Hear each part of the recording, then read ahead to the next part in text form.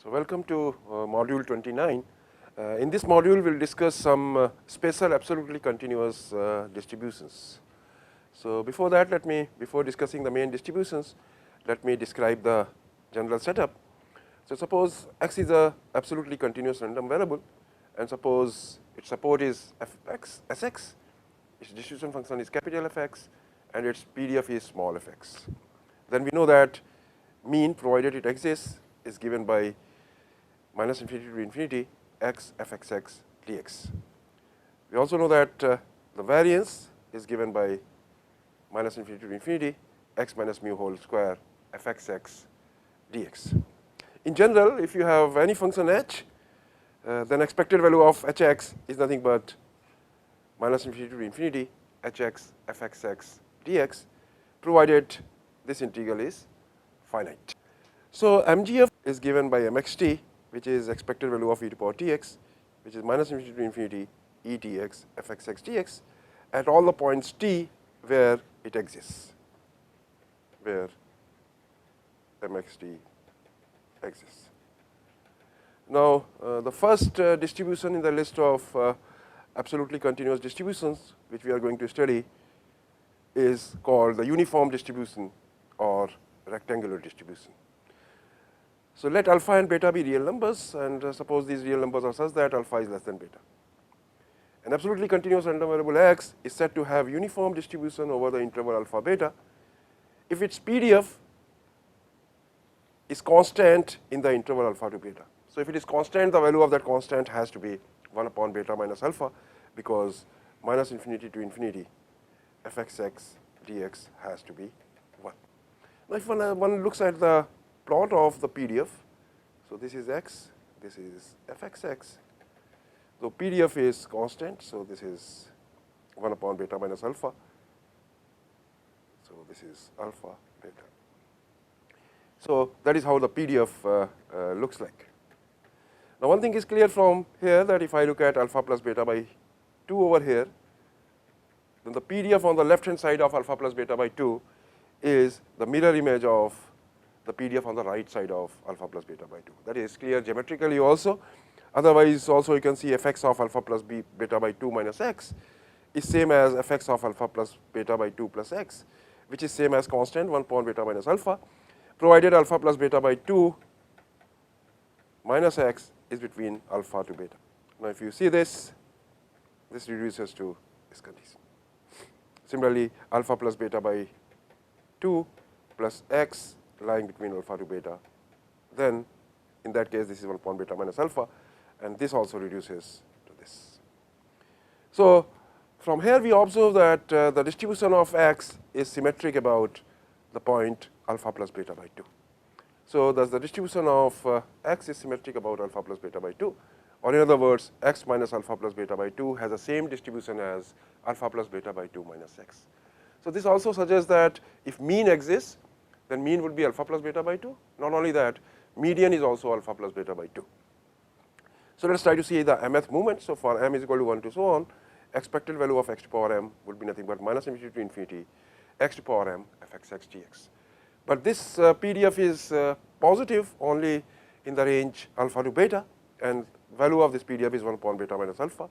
So, integrate this with x to power m. Simple integration gives me the value of expected value of x to power m as beta to power m plus 1 minus alpha to power m plus 1 divided by m plus 1 beta minus alpha. Now, you can put particular values. So, you can see all movements exist. So, for example, mean mu, which is expected value of x, turns out to be for m is equal to 1. So, beta square minus alpha square upon beta minus alpha, that becomes beta plus alpha, and m is equal to 1, that gives me 2. So, alpha plus beta by 2. M is equal to 2, then beta cube minus alpha cube.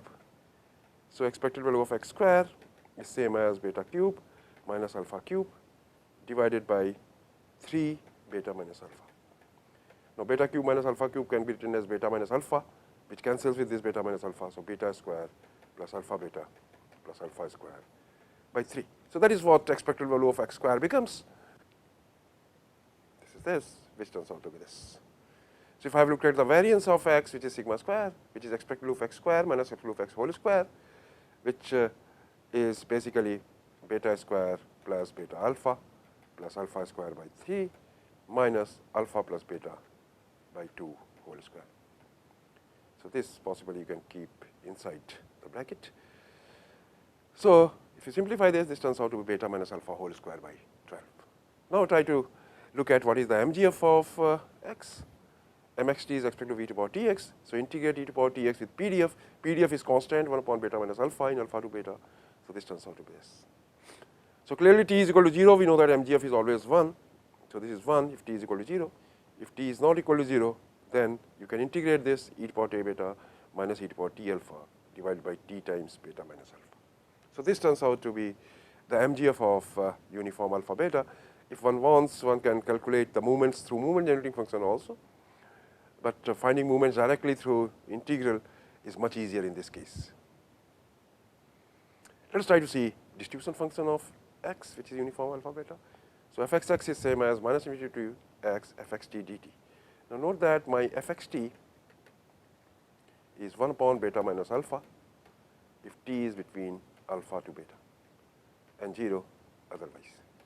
So note that if x was less than alpha, your fxt is 0 for x less than alpha. So that means you will be integrating 0 in the range minus infinity to x, and integrating 0 gives you 0. Now if x is between alpha to beta, then I know that my PDF is 0 from minus infinity to alpha, and then from alpha to x, because x is less than beta, it would be 1 upon beta minus alpha dt.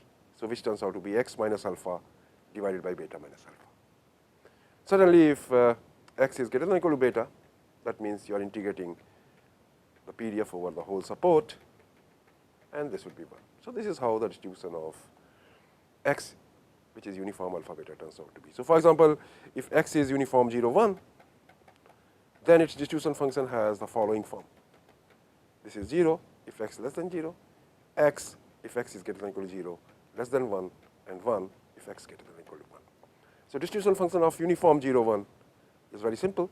0 for x less than 0, x for x between 0 and 1 for x greater than or equal to 1. Now let's do a few results. This says that alpha is less than beta. Then if x is uniform alpha beta, so if I make a transformation x minus alpha by beta minus alpha, then I get uniform 0, 1. Then the second result, which is let x be a random variable with distribution function f, define the quantile function q from 0 to 1 by qp as infimum of all those x belonging to R, such that fx is greater than or equal to p for p between 0 to 1. Now if x is continuous, then f of x is uniform 0, 1. If u is uniform 0, 1, then q of u has the same distribution as that of x. So this result has a lot of utility in statistics, especially when one has to simulate observations from a given population. Now this was part of one of the assignments which I gave, but let us try to formally complete a proof, although you have done this in one of the assignments. So since x is uniform alpha beta, I know its distribution function is given by this, which is 0 if x less than alpha, x minus alpha by beta minus alpha if x is between alpha to beta, and 1 otherwise. So let's look at y, which is x minus alpha by beta minus alpha. Let us look at its distribution function. So fyy is same as probability x minus alpha by beta minus alpha is less than or equal to y, which is same as probability that x is less than or equal to alpha plus beta y, which is same as fx of alpha plus beta y. And I know that fx of alpha plus beta y is 0 if this argument is less than alpha. This argument is less than alpha, which is equivalent to saying that y is less than 0. So this is 0 if y is less than 0. And I know that this is argument minus alpha divided by beta minus alpha. So this argument minus alpha is fx alpha plus beta by y. So this would be y if alpha plus beta y is between alpha to beta, which is equivalent to saying that y is greater than or equal to 0, less than 1. Then this turns out to be y.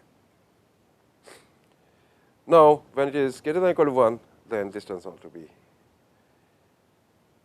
fyy turns out to be 1. So you can see what one has to do is, if one is considering y is equal to x minus alpha by beta minus alpha, so one considers its distribution function, which is x probability x minus alpha by beta minus alpha, this would be less than or equal to y, which is same as probability x less than or equal to alpha plus beta minus alpha y, which is same as fx of alpha plus beta minus alpha y. There are a few corrections here. So now I know fx is 0 if argument is less than alpha, but argument is less than alpha is equivalent to saying that y is less than 0. This is argument minus alpha divided by beta minus alpha. So argument minus alpha divided by beta minus alpha is y if argument is between alpha to beta, which is equivalent to saying that alpha plus beta minus alpha y is greater than 0, less than 1, less than alpha less than beta, which is equivalent to saying that y is between 0 to 1, and this 1 if argument is greater than or equal to 1. So this proves. The second part you can prove, you can see the solutions of assignment number 5. So what this result says is, suppose I have to generate observation from a given distribution. Then what it suggests is, it suggests that you generate one observation from uniform 0, 1 and apply the quantile function of x to that uniform 0, 1 random variable to get an observation from distribution function f. So very useful result. This is very useful, especially when you have to simulate observations from a given distribution. Now let me give the utility where uniform distribution is useful. So uniform distributions are used in modeling experiments whose outcomes are number x chosen at random from an interval alpha beta, in the sense that if I is a subset of alpha beta is any subinterval, then probability of x belonging to I depends only on the length of I and not on location of I in alpha beta. And that is what uniformly distributed in alpha to beta means. That means probability of any interval, if it is of the same length, it will only depend on the length. It will not depend whether it is located in the middle or on the right or on the left. So the probability that x takes a value in an interval depends only on the length of the interval. That is the characteristic of the uniform distribution.